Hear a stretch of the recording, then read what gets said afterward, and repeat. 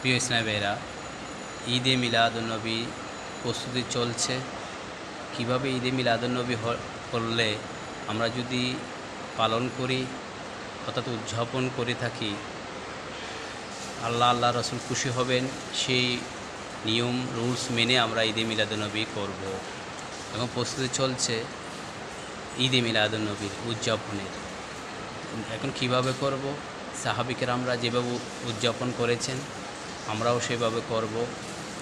আমাদের বাংলাদেশে কওমি সংস্থা, আল হাদিস সংস্থা সহ অনেক সংস্থা রহিয়াছে।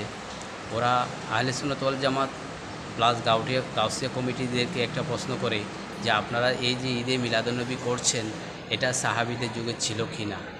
এই প্রশ্নের উত্তর যদি আমরা দিতে যাই তাহলে আমরা দিতে পারবো যদি আমরা নবীজির সাহাবিরা যেভাবে ঈদে মিলাদুন্নবী পালন করেছেন সেই অনুপাতে যদি আমরা করে থাকি, তাহলে আমরা তাদেরকে প্রমাণ দিতে পারবো যে আমাদের ঈদে মিলাদুন্নবীটা কোরআন হাদিস সম্মত, নবীজির সাহাবিরা যেভাবে করেছেন আমরা সেভাবে করছি।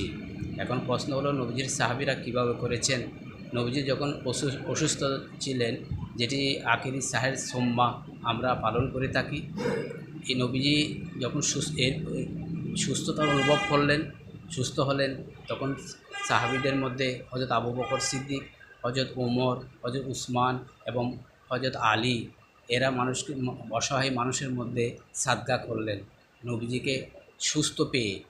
প্রিয় ইসলামেরা, 12ই রবিউল আউয়াল আমরা নবীজিকে পেয়েছি, আমরা আল্লাহর রহমত হিসাবে, তাই আমরা সাদকা করব, অসহায় মানুষের পাশে থাকব, দুস্থ মানুষের পাশে থাকব, রোগাক্রান্ত মানুষের পাশে থাকব, আমরা সাদকা করব। তাহলে আমাদের এই মিলাদুন্নবীটা হলো সফল মিলাদুন্নবী।